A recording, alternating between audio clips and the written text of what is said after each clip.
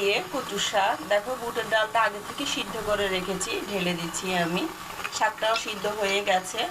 এখন দিয়ে দিব আমি কাঁচামরিচ গোটা গোটা, কারণ মরিচ খেতে পারে না, ঝাল ঝাল খেতে পারে না, তাই আমি মার জন্য এই কাঁচামরিচগুলো দিয়ে দিচ্ছি। তার সাথে দিয়ে দিচ্ছি আদা জিরা বাটা, পরিমাণ মতো লবণ দিয়ে দিচ্ছি,